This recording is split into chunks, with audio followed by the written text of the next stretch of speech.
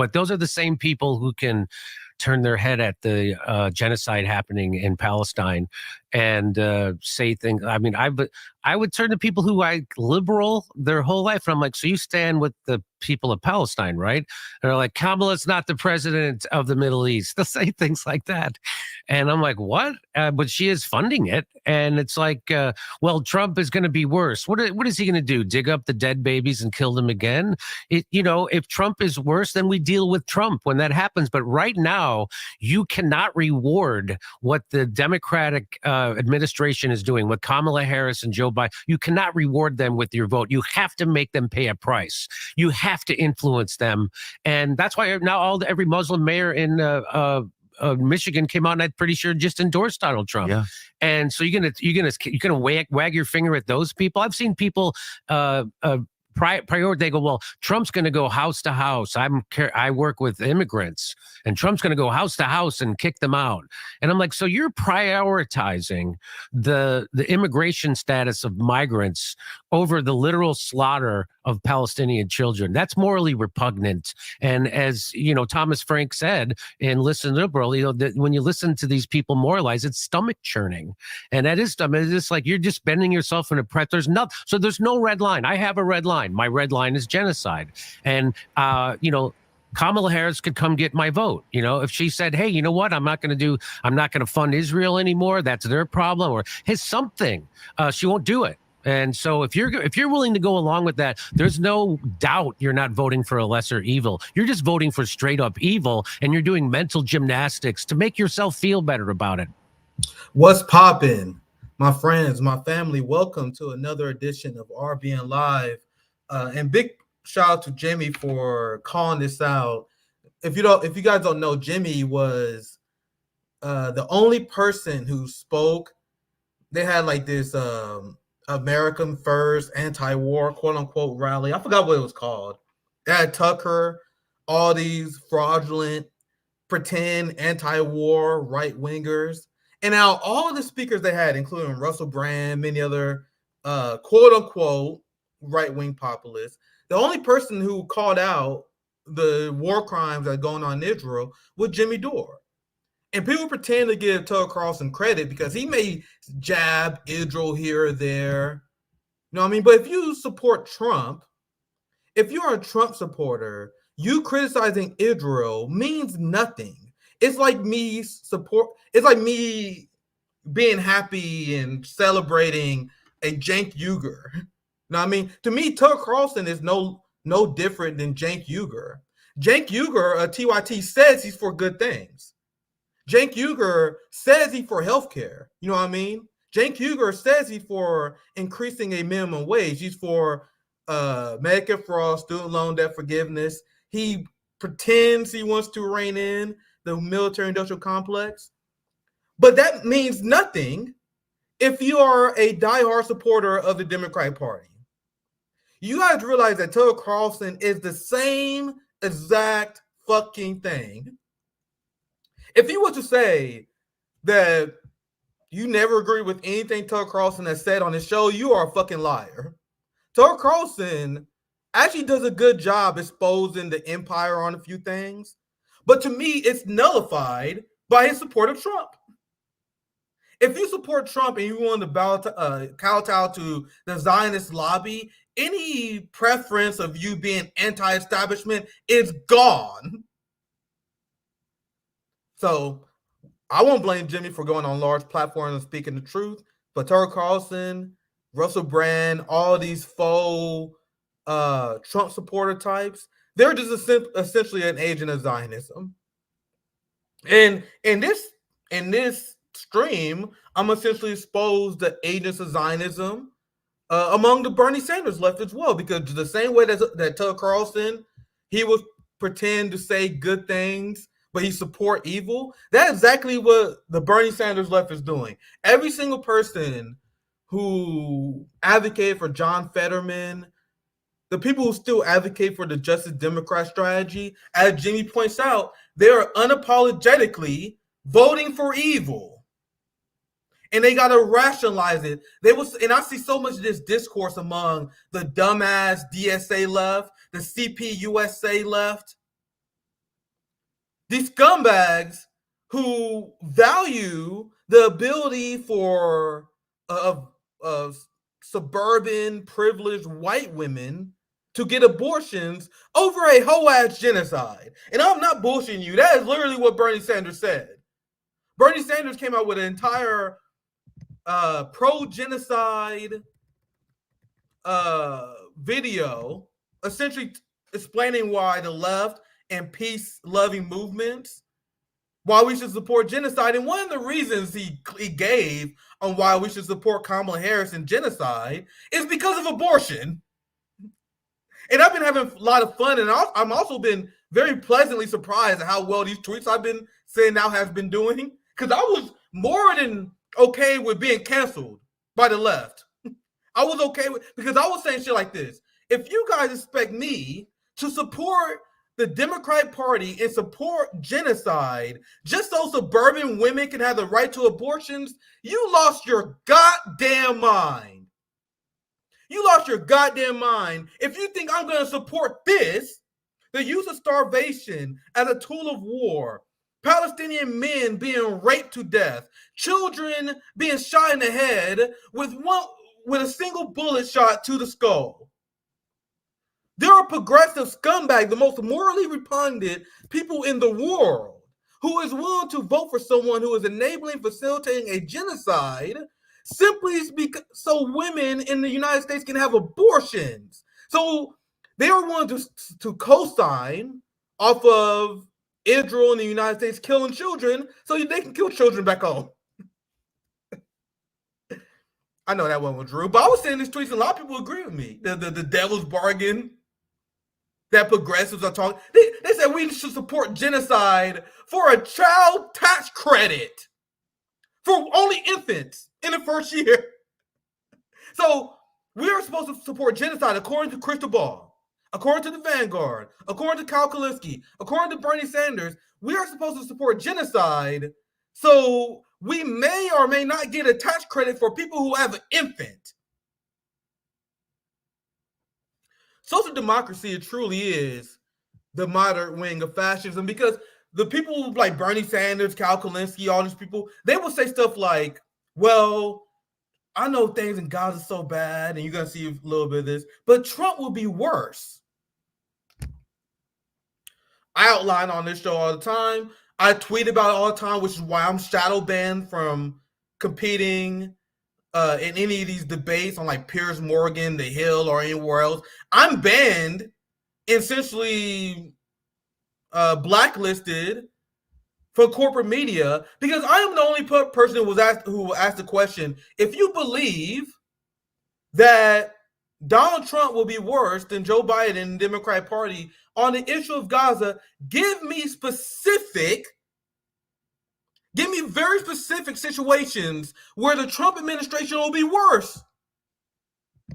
You guys understand that it was confirmed that Israel engaged in mass rape of Palestinians as a form of punishment. It was confirmed by the Israeli government themselves that Israeli soldiers was raping Palestinian prisoners to death. They did it in investigation. They temporarily put someone in a holding cell. They found he was guilty of committing rapes. They released him from the holding cell. Then the guy who committed mass rape of the Palestinians went on talk TV shows all over the country and became a celebrity. And the position of the Biden administration is, Israel investigated. They were directly confronted by the mass rape of Palestinians. And the position of the Biden administration is, we let Israel investigate themselves. We let Israel investigate themselves. So as Israel's raping Palestinian men to death, the position of Kamala Harris and Democrats and quote-unquote feminists is to allow Israel to do it because Israel investigated the mass rapes of Palestinians, and they found that raping Palestinian prisoners is not illegal. And after this investigation, the Biden administration is still sending a pro-rape country munitions. How would Donald Trump handle that situation any differently? You have Israel that's engaging in the use of starvation as a tool of war. And Israel banned UNRWA. I got a hotspot video coming out on this here very soon. Israel officially banned UNRWA, and this is following the fact that in the last 23 days, there hasn't been a drop of food or water going into northern Gaza. The Biden administration even acknowledged this. U.S. envoy to the UN says Israeli promise to get aid into North Gaza is not happening. So it's confirmed that they're blocking aid and using starvation as a tool of war. And despite that, we are still sending them money. We're still sending them arms and munition, which is against not only international law, it's against United States law, the Leys law. So remember this, whenever deranged Zionists, especially on the liberal side, try to convince you that we are somehow the terrorist supporters and we're somehow the criminals.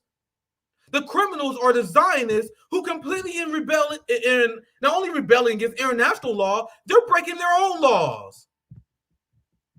Keir Starmer of the UK breaking the laws of the UK by arming Israel, even though they use starvation as a tool of war. Joe Biden and Kamala Harris are criminals. Do people understand? Will anyone go on Piers Morgan? Will anyone go on these damn shows and highlight the fact that Kamala Harris and Joe Biden are criminals? Not according to radical-ass revolutionary blackout policy, not according to laws written by Marxist-Leninists, not according to the laws of China and Russia. It's according to the laws that white people wrote. According to the laws that white people wrote, Zionists are criminal. Kamala Harris is a criminal. Anyone support the Zionist entity is a criminal based on the white-ass laws that you guys support. But then white people have the nerve to call us terrorist supporters, to pretend that we're lawless vagrants. You have the entire Palestinian community, you have South Africa, the the majority population that wants to see Western society uphold the rule of law. It's the Zionists that are in opposition to that. It's the Democratic Party that is in opposition to that. It's Kamala Harris and her AIPAC handler husband that is in direct opposition to that. So if you're a U.S. envoy and you're admitting that Israel promised to let aid get into North Gaza is not happening, that means you are acknowledging that you're committing a violation of not international law, but your law.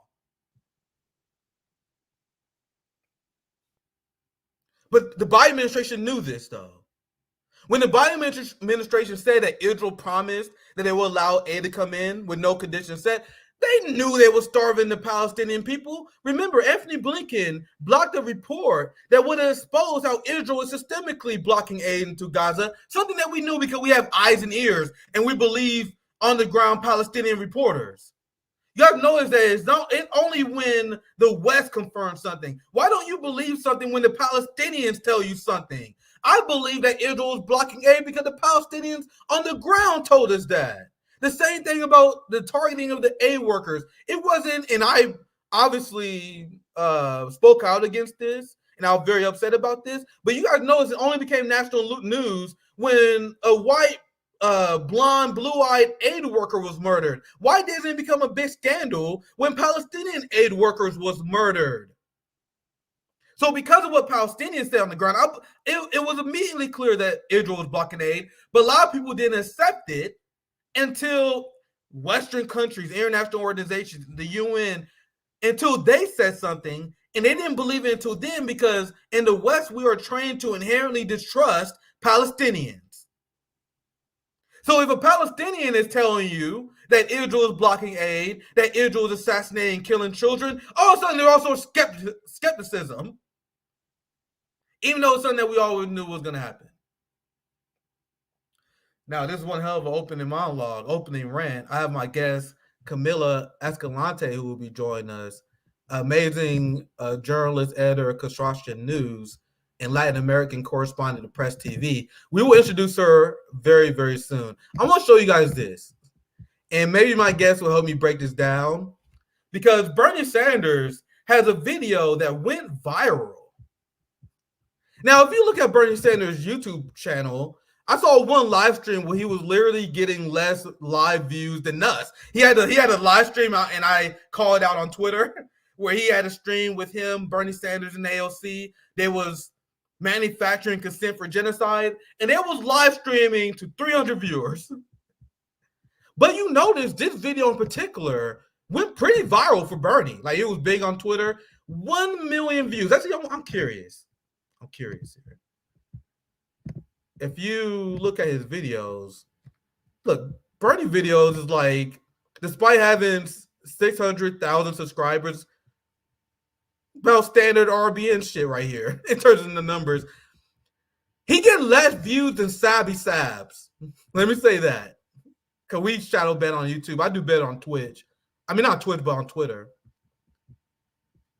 This is less than Sabby Sabs in terms of viewership. That's how irrelevant Bernie Sanders became.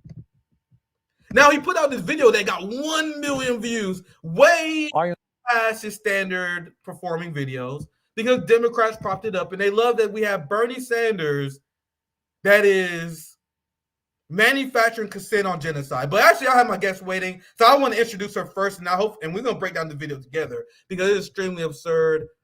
Once again, we have amazing journalist, editor at Kawsachun News, I believe it is, Latin American correspondent from Press TV, Camila Escalante. I hope I'm saying that correctly. Thank you for joining us on RBN. Welcome to the show.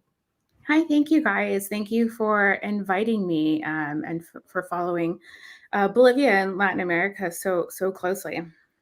Yeah, and that's something that been my main focus is U.S. imperial efforts in South America, their use of sanctions, and especially with the rise of BRICS. I'm very interested in getting your opinion on quite a few stories. Like, I'm very upset, and it seemed like Lula chose his side. He sided with the West in order to prevent Venezuela from joining BRICS. We have the assassination of Evo Morales. So there's a lot to discuss, and I'm looking forward to get your perspective on those issues. But before we move on to South America, I want to get your general thoughts about what's going on in Gaza. Before I play the video, I just want to get your general thoughts, like what's going on in Gaza, the quote-unquote progressive left, people like Bernie Sanders rationalizing why they should support genocide. So to get us warmed up, and before we dive into the video, what's your general thoughts on the genocide going on in Gaza and social democrats like Bernie Sanders being supportive of it? Well, I wouldn't expect anything different from a social democrat or one of the main politicians in the U.S. And I'm not a good person to ask about anything in the United States, because what I see there is continuity of decades of the same policy, or in some cases, 200 years of the same policy towards our countries of our continent, Latin America and the Caribbean, and the rest of the global South. One of the perpetuation of colonialism, now of obviously the imperialist system, and the resource sacking of our continent, and the theft of our resources and lands that belong to the indigenous peoples, who are in permanent and constant struggle to reverse that and to break away from this system of domination that is maintained in much of the global South through various means. And now we see that war on the Palestinian people. And I think it's very relevant to everything that's going on throughout the rest of the global South. And that's, of course, why people across Latin America and the world knew right away that it was the imperial power, the United States, with Israel as its face, that is committing these atrocities and causing catastrophic harm against the Palestinian people in their lands, but also now extended to Lebanon, Syria, Yemen, and Iran, and it'll continue to expand. And so I think it's very important, because not only does Latin America have this history of having unfortunately been the site of Israel's atrocities in the past when they sold weapons and they trained military forces to attack their own people in various countries. But the Zionists are actually always on the lookout for expansion of war territories, as we're seeing obviously in Lebanon and elsewhere. But they've not discarded the idea of coming and setting up bases in Latin America, specifically in Argentina. And so this is on the table for them all of the time. They are truly supremacists. They're truly Nazis in every sense. And they don't care what happens to the indigenous peoples, not only of historical Palestine, but the rest of the world. And so we stand to experience, what's going on there in other parts of the world if we don't stop it now. And so this has become a huge priority for people around the world. And so, it's not really worth my time as a journalist, as someone who reports on the ground, to look at the sort of details of what someone, and I know it's your space, and I know that right now everyone in the US is kind of really fixated on the election, which is very important for people there. But for us, it's kind of the same. It's going to be the same regardless of who wins. We're going to see the continuation of this policy of coups and intervention and of US military bases and occupation throughout all of our countries, and displacement of people and neoliberal policies that are disenfranchising us further, and more inequality and more disastrous policies that are going to hurt the most humble and vulnerable people of our societies. So it's really not worth us getting completely consumed in what someone so irrelevant as Bernie Sanders has to say. Yeah, I love how you mentioned how the Zionist entity, Israel and the United States, are intertwined.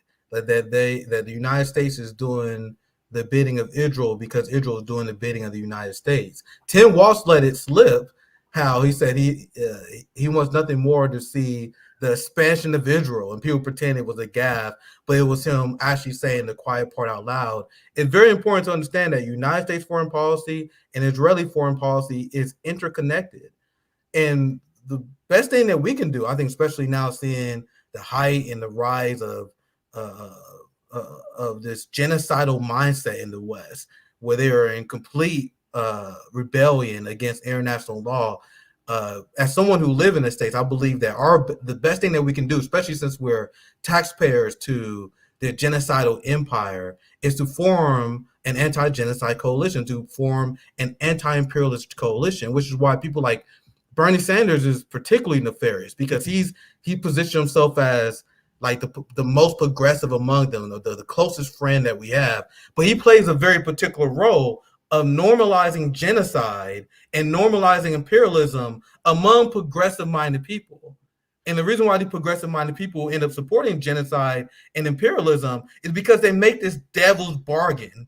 The devil's bargain being that, hey, man, if we support Zionism and we support the Democratic Party foreign policy, we may get some domestic issues. So this video went viral, and I want to break this down. The pro-genocide arguments that these people make. So we watch this a little bit. I want to break this down. I understand that there are millions of Americans who disagree with President Biden and Vice President Kamala Harris on the terrible war in Gaza. I am one of them. While Israel had a right to defend itself against the horrific Hamas terrorist attack of October 7th, which killed 1,200 innocent people and took 250 hostages. You guys see how, and you can almost tell, look at his glasses. You can almost tell the AIPAC script he's reading. And you notice how they always immediately go to repeating false numbers. They immediately had to spread October 7th atrocity propaganda in order to justify the policies of the administration he's supporting. I'll let you continue. It did not have the right to wage an all-out war against the entire Palestinian people. It did not have the right to kill 42,000 Palestinians. Do you see how he's using fake numbers? 1,400 dead on October 7th. These people still use the 40,000 dead Palestinian number, which is nothing less than genocide denial.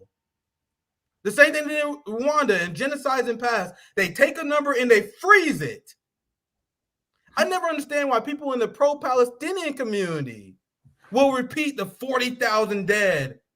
There have been reports in very esteemed medical journals showing that the number is around 200,000 dead. I've seen some estimate with 300,000, 400,000. We have the entire northern Gaza being starved to death. Meanwhile, Bernie Sanders is still calling it 40,000 dead Palestinians.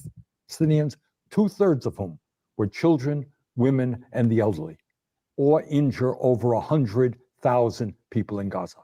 It did not have the right to destroy Gaza's infrastructure, housing, and healthcare system. It did not have the right to bomb every one of Gaza's 12 universities. It did not have the right to block humanitarian aid, causing massive malnutrition in children and, in fact, starvation. And that is why I am doing everything I can to block U.S. military aid and offensive weapons sales to the right-wing extremists. So Bernie waited until Israel got all the weapons they need. The Biden and Harris administration sent Israel all the weapons they need already. But he's still pretending, oh, I'm fighting the weapon sales being sent to Israel. Bullshit. Camila, you have any response? I'm going to pass it to you before I continue the video. Any initial response to this pro-genocide nonsense? Well, only that all of the conscious people of the world in every country have basically said that the Palestinian resistance and the axis of resistance are fighting for all of us. And so for people in the US or anywhere to try to characterize any of their operations or undergoings as terroristic is I feel is going to be frowned upon in history, but also becoming a small minority of people in the world. And I know that if you're in North America or in the global North, you get stuck in a little bit of a bubble. But the truth is that people are looking at what the Palestinian resistance is doing, and they're becoming inspired, and they see them as an example for the rest of us who are struggling, like I said before, against imperialism and against the encroachment of our lands, and under various forms of imperialist and neocolonialist attacks, and saying, how can we implement what they're doing? How do we achieve that level of organization, of steadfastness, and all of that? And that's actually how we view what's going on, quite the opposite of what these characters believe and say. Yes, I'm gonna let it continue, and I'm gonna chime in. Only another minute or two, and then I'm gonna show you guys. They also send in Barack Obama, the drone strike king, the person who bombed 7 Muslim countries, to wag their finger at people who don't want to vote for genocide. So that's coming up next. Only another minute or two. Netanyahu government in Israel. And I know that many of you share those feelings. And some of you are saying, how can I vote for Kamala Harris if she is supporting this terrible war? And that is a very fair question. It's a very fair question that the DNC demanded that I make a video about in order to sheep herd young people into the Democratic Party. That's why this video was made. Bernie Sanders got the phone call, the internal polls not looking good, so he has to make this video to gaslight you into supporting genocide. And let me give you my best answer. And that is that even on this issue, Donald Trump and his right-wing friends are worse. You notice how this is why I just did my intro monologue. You see how they pretend Donald Trump will be worse. I need examples and citation, Bernie. Just like Camila said, just Trump will do the bidding of the empire the same way that Joe Biden and Kamala did. And I actually think that the joke that Jimmy Dore said at the beginning of this clip was on point. So how would Trump be worse? Would he resurrect the dead Palestinians that Biden killed and kill them again? How could Trump possibly be worse at this point? But I'll let it continue. The Senate, in Congress, the Republicans have worked overtime to block humanitarian aid to the starving children in Gaza. Just like Anthony Blinken in Israel, which Kamala and Biden swore their loyalty to. The president and vice president both support getting as much humanitarian aid into Gaza soon as possible. So this is a 2-minute video, and I'm sorry I keep stopping it, We made it 2 minutes, and we can't go 15 seconds. We can't go 5 seconds without a lie from Bernie Sanders. So why isn't YouTube demonetizing YouTube channel? Why isn't he shadow banned? This lie after lie after lie. It is reported in corporate Western news that the Biden administration and Anthony Blinken blocked aid going to the Gaza. They knew that Israel was blocking aid. But here's Bernie Sanders lying to his supporters. Has said Netanyahu is doing a good job and has said Biden is holding him back. He has suggested that the Gaza Strip would make excellent beachfront property for development. And it is no wonder Netanyahu prefers to have Donald Trump in office. But even more importantly, and this I promise you, after Kamala wins, we will together do everything that we can to change U.S. policy toward Netanyahu. So we're going to push Kamala to the left.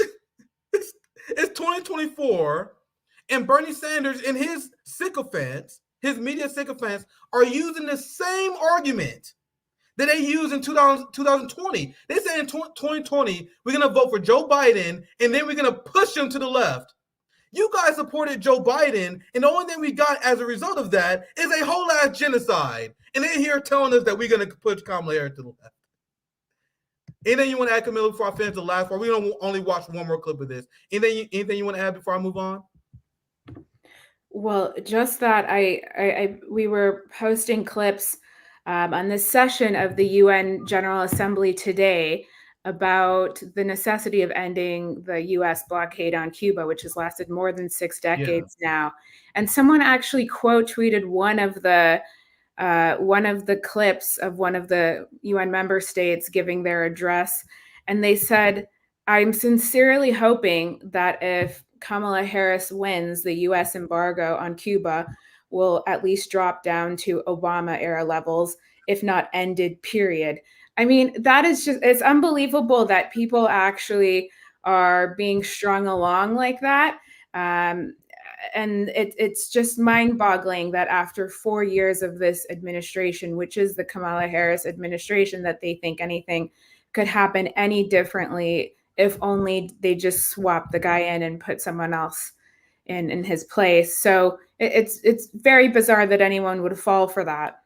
Yeah, this is why the people who still push lesser to evilisms, the people who still push the Republicans worse than Democrats, they are not informed. If they have a YouTube channel, if they're in the news, if they're an educator, their job is to misinform you if they are saying that. Because I was going to bring this up later, but I'm glad you mentioned it, because you had the vote with lifting the Cuban embargo. And the vote is tomorrow, but today is the session of some of the member states and organizations speaking at the podium, giving their reasoning and explanation of vote.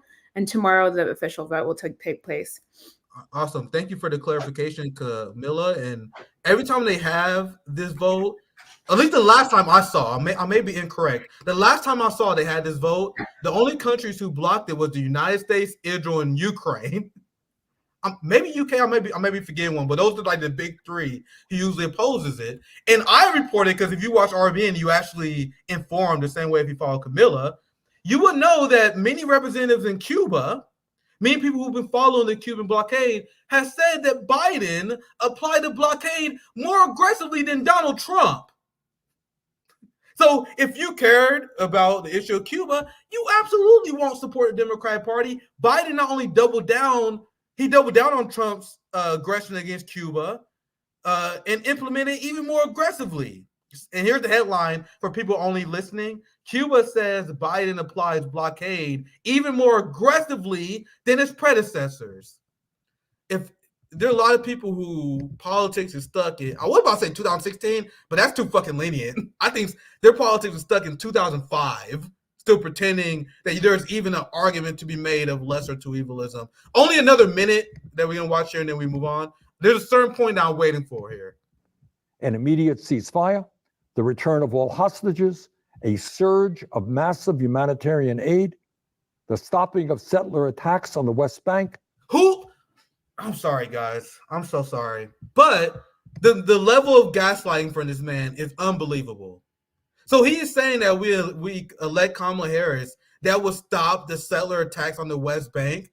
You guys know that Kamala Harris, well, let alone the fact that the settler attacks is happening under Biden and Kamala, that point aside, that giant devastating point aside, you guys know that Kamala Harris joined Marco Rubio in the Senate in order to condemn a UN resolution that will oppose penalties and condemn Israel terrorist attacks in the West Bank.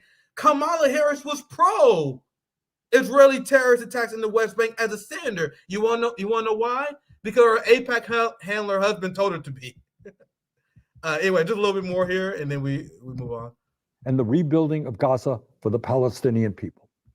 And let me be clear, we will have, in my view, a much better chance of changing U.S. policy with Kamala than with Trump, who is extremely close to Netanyahu and sees him as a like-minded, right-wing extremist ally.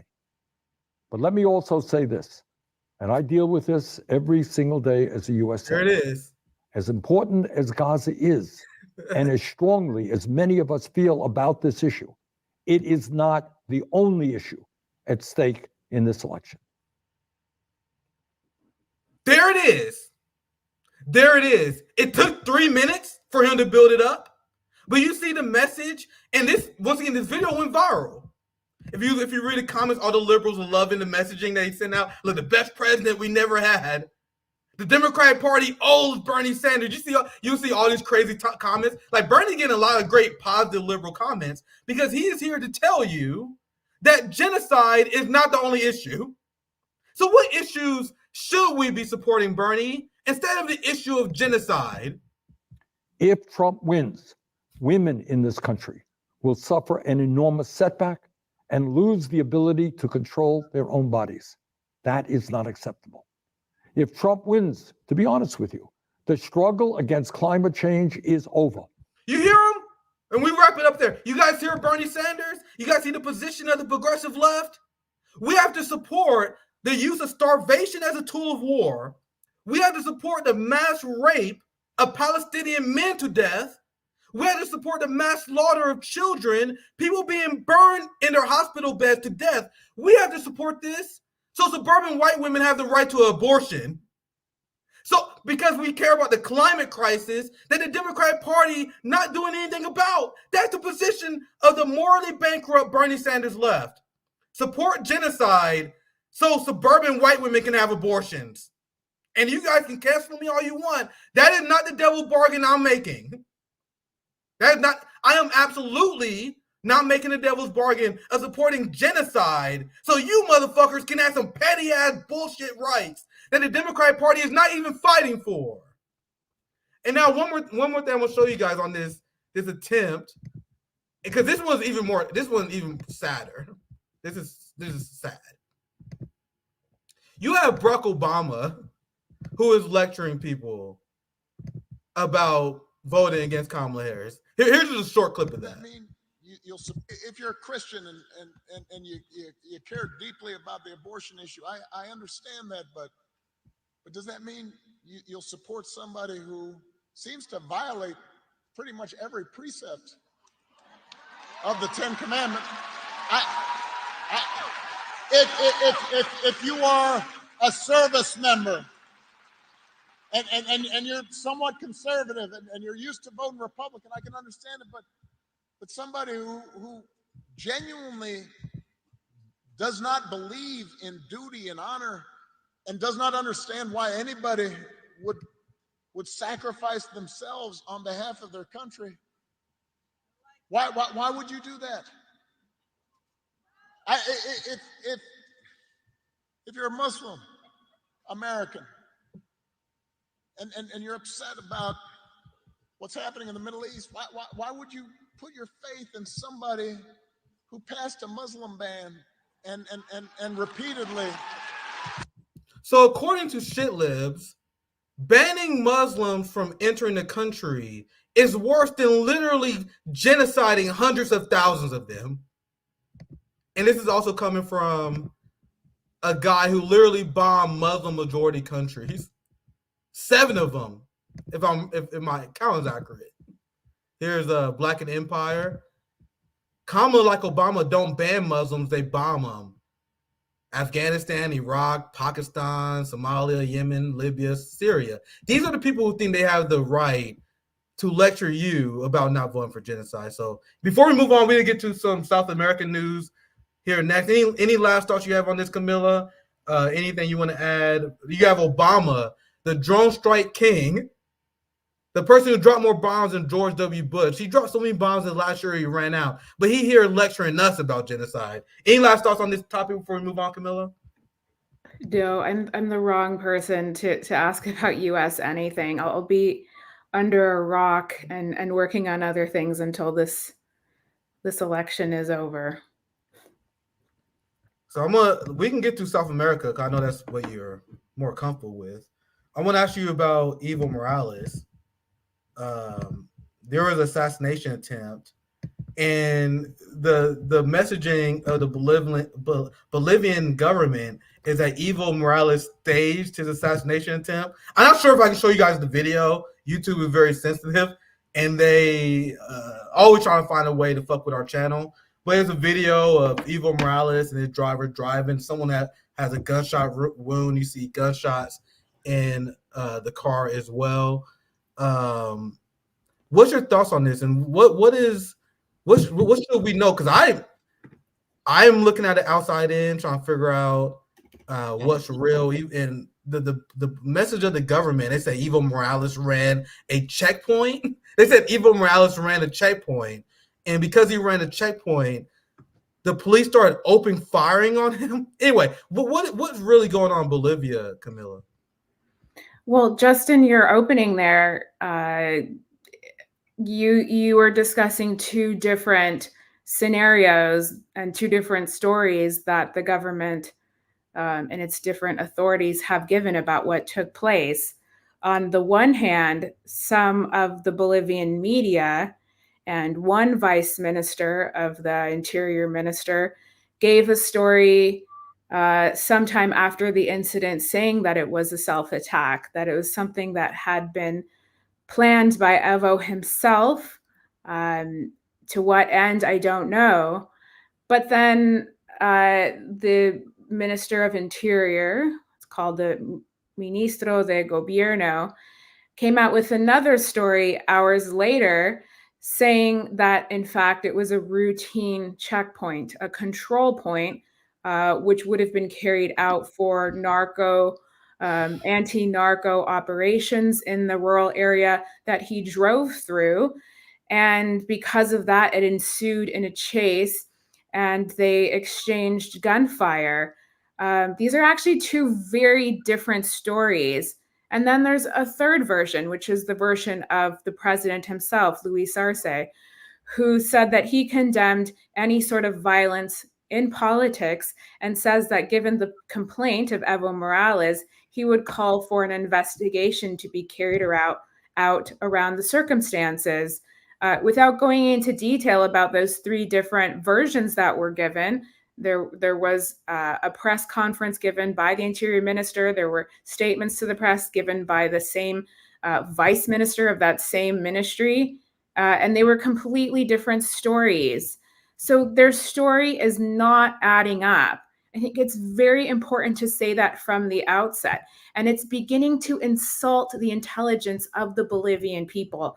And myself, as a journalist, as someone who lived there and has reported there and understands a lot of the different actors, political actors in this country and the social movements. And I know that region because I specifically lived in that rural area where Evo lives and reported from there. It's insulting our intelligence. A lot of the sort of claims that the government has made that are simply false. It's simply a lie. And that is not necessarily to implicate everyone in the government or the president himself, which I wouldn't say Evo has done himself either, but he is saying that the Ministro de Gobierno, the interior minister, is implicated in what took place, which was an assassination attempt against Evo Morales while he was driving to the radio station on Sunday morning. It's very clear that what in his own words, the Interior Minister says that it was a police operation and a checkpoint. This may or may not be true, but the people of this region can tell you, and they have been saying in statements on their own social organizations, social media, and all of the leaders and mass elected officials have said that the story simply doesn't add up. They don't have checkpoints in the spot where they were holding a checkpoint, supposedly, according to this authority.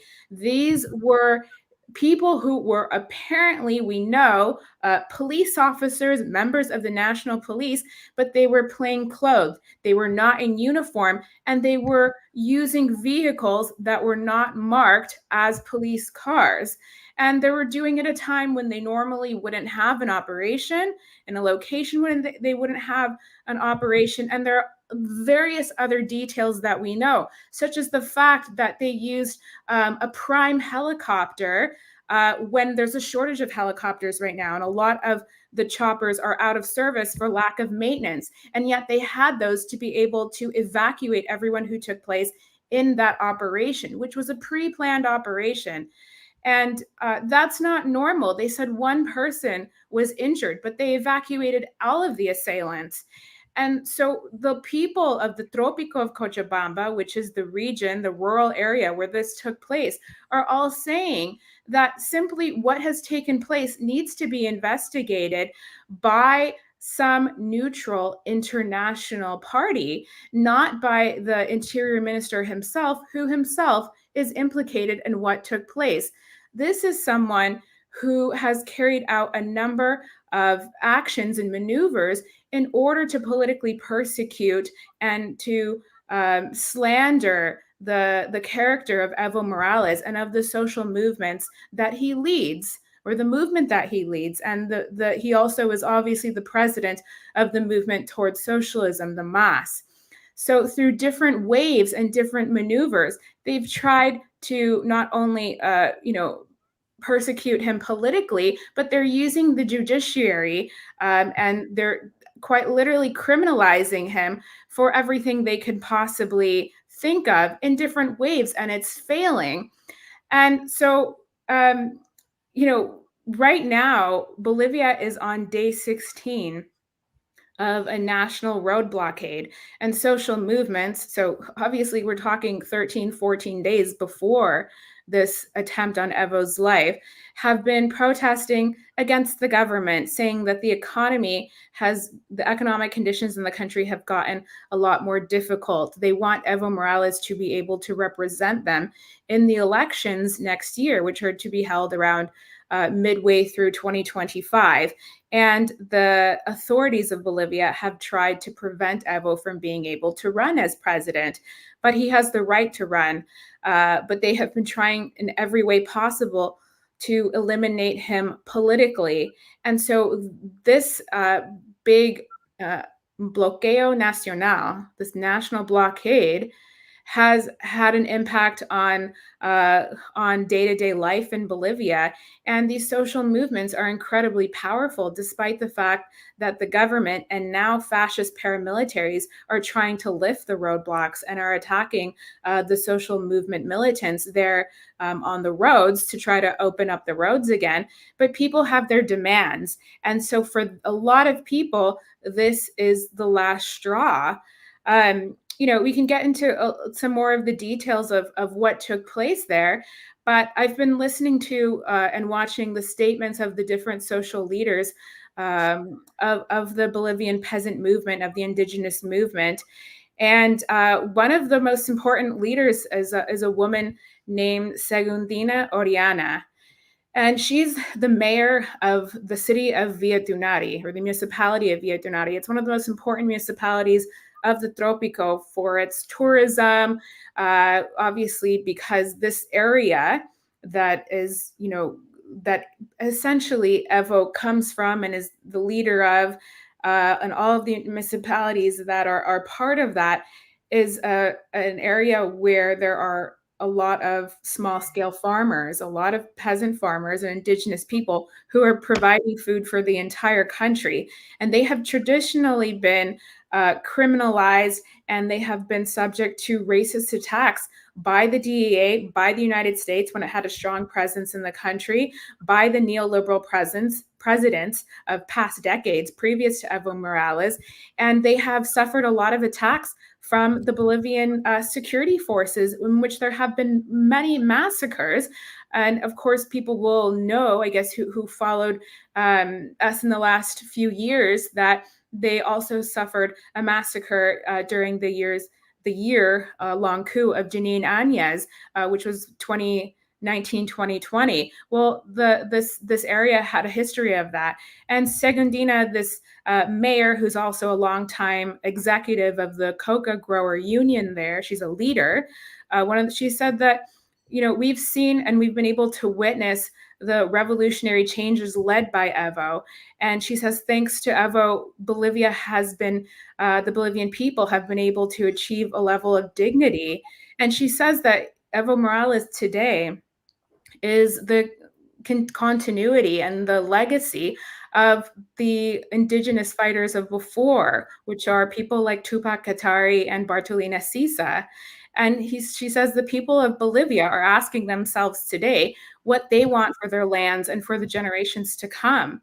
And that they're stating and reminding the government that these people, in their hundreds of thousands, if not their millions, they have the ability to fight for months and months on end.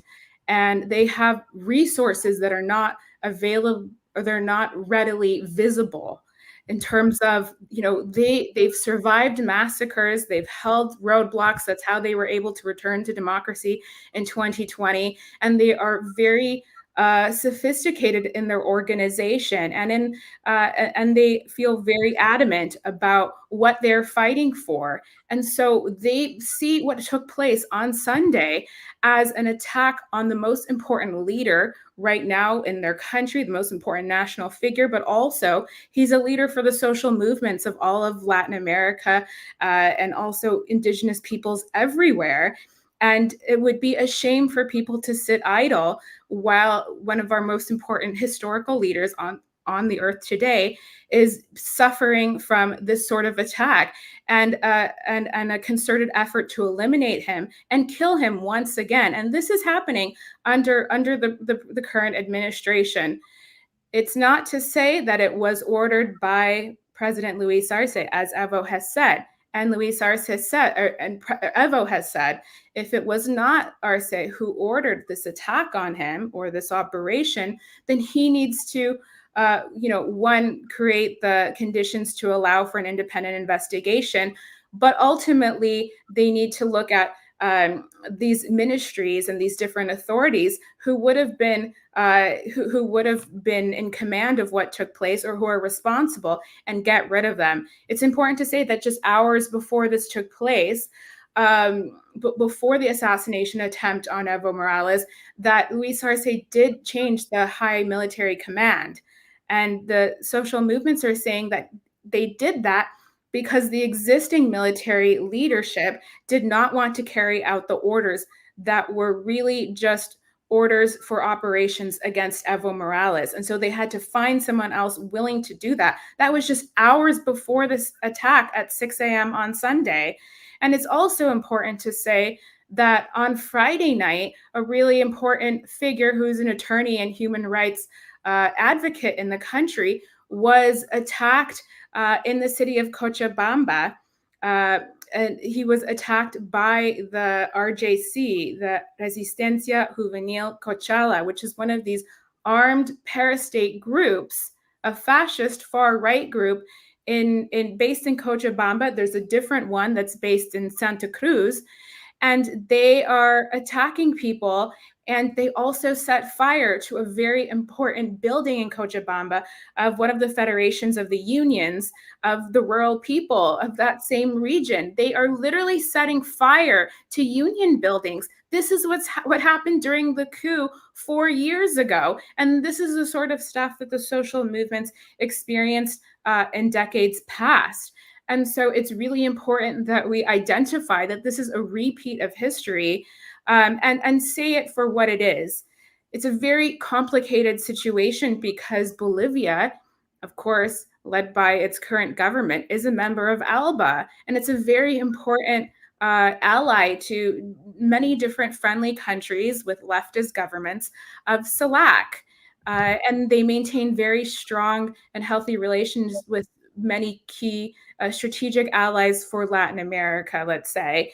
And so a lot of countries and leaders have been very, if not social movements as well, have been very weary and careful about getting involved in this because they want to maintain these important diplomatic relations with the government of Luis Arce, while also maintaining a relationship with Evo Morales, who is the president and the leader of the most important and largest party in Bolivia, which is the movement towards socialism. So I believe that during the course of the last couple of years, there have been a few different attempts at international mediation, which have been done on the low. And we don't know a whole lot about, except that we know that it has failed, unfortunately. So the country is deeply divided. Things are very tense. Things are very complicated. But it's important for people to follow along what's going on, because it is another instance in which the forces of fascism are reemerging, reorganizing. In this case, these paramilitary, parastate groups were not properly prosecuted and convicted. And so a lot of these people are committing crimes basically on house arrest because they're not in jail. They're sitting at home and coming out and organizing some of this stuff. And others just never face any sort of repercussions for any of the criminal activities that they committed during the coup to begin with. And now they're emboldened and no one is doing anything about it. I greatly appreciate your analysis. It's very educational, especially as Americans, to have an expert like yourself explain the craziness going on in Bolivia. Now I'm going to ask you to explain to me what the hell is going on with Lula, Camila.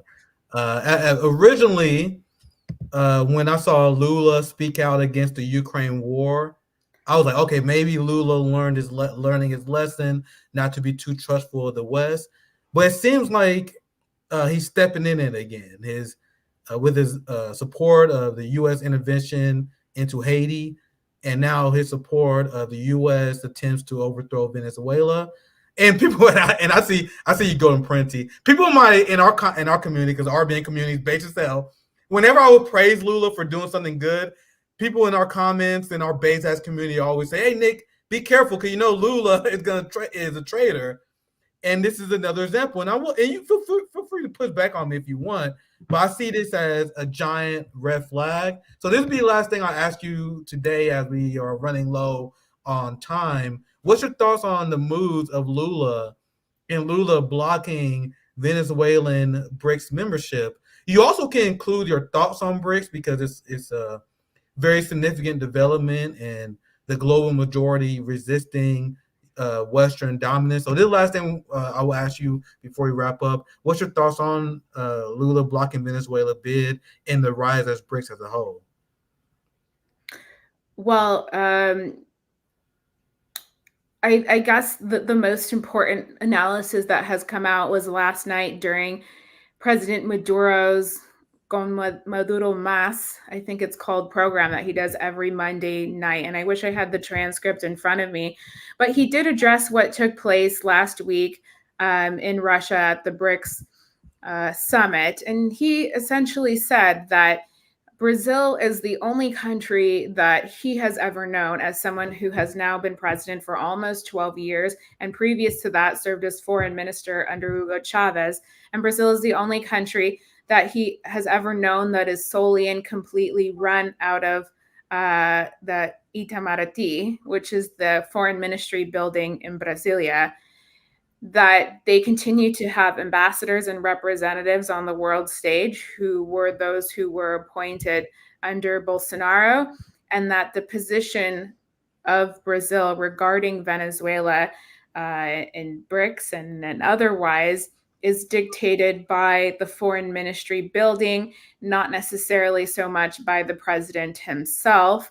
And it's a very bizarre thing. It's bizarre for, President Maduro. He's saying it's absurd. And it also shows that there's no, I guess, will of the president or this administration to correct some of the things that took place under Bolsonaro. It is the case that, as you're following news with Brazil, on the one hand, people are very pleasantly surprised when this very important economy, the leader takes a good position on certain issues. It seemed at the beginning of Lula's administration that he was going to, well, he did mend the relationship with Venezuela to some extent, but now he has a very difficult, to say the least, position and standing. The relation has really been harmed between Brazil and Venezuela, and Brazil and Nicaragua in particular.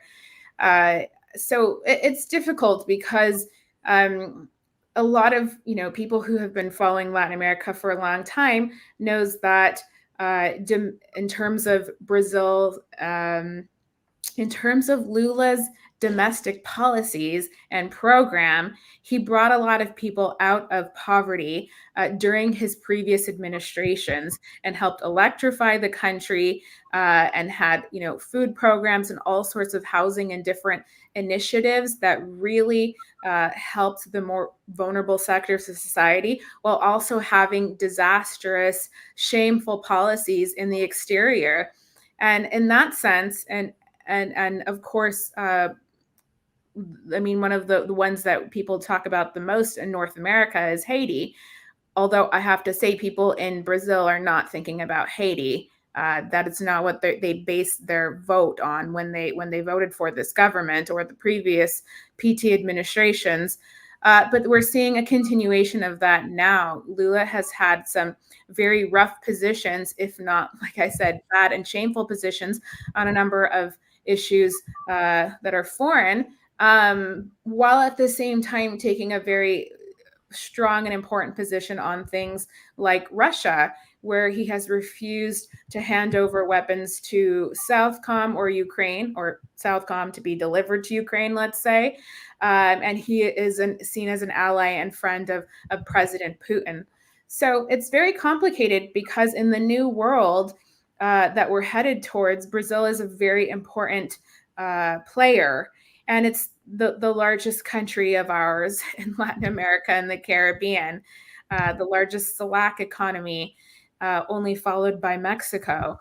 And so that is why, the different leaders of Latin America are so careful to try to maintain the best possible relations with this country, because it's a country and government that has the potential, if they wanted to help smaller countries in the way in which Cuba and Venezuela, having nothing and under blockades and sanctions, have been able to help with countries around them, countries of the Caribbean, with things like oil and medical brigades. In theory, Brazil should be doing that as well. And so it's very disappointing. It's not the first disappointing thing that will happen from that government, nor will it be the last. But it has to be said that the people voted for the Lula who is carrying out these policies today is precisely who they voted for. Their options were, the continuation of that sort of coup regime of Bolsonaro, who only came to power because they locked Lula up, they imprisoned him for the period of that election, or Lula. And I think that the case of Lula and his domestic policies, at least at home, have been compelling enough for the Brazilian people. So it's very difficult on the one hand, when we're criticizing all the bad decisions he makes, they don't really stand within Brazil. And I have to say that, sometimes we don't understand why people erect these leaders. I can say that for a number of countries of Latin America, but he continues to be relatively popular there. Yeah, I appreciate your expert analysis on South America. It's definitely appreciated. Where can they find your work, Camila? Well, we should be relaunching Kawsachun News, or a new website, in the coming week. So Kawsachun News is definitely the best place, on our Twitter, Instagram, and TikTok primarily, and also my reports on Press TV. Yeah, make sure you guys check out Camila for all things South America. I hope you guys enjoyed this hour of RBN. I will be back tomorrow with another banger stream. Make sure you guys check out Camila. Thank you guys for joining. Have a great day. Take care.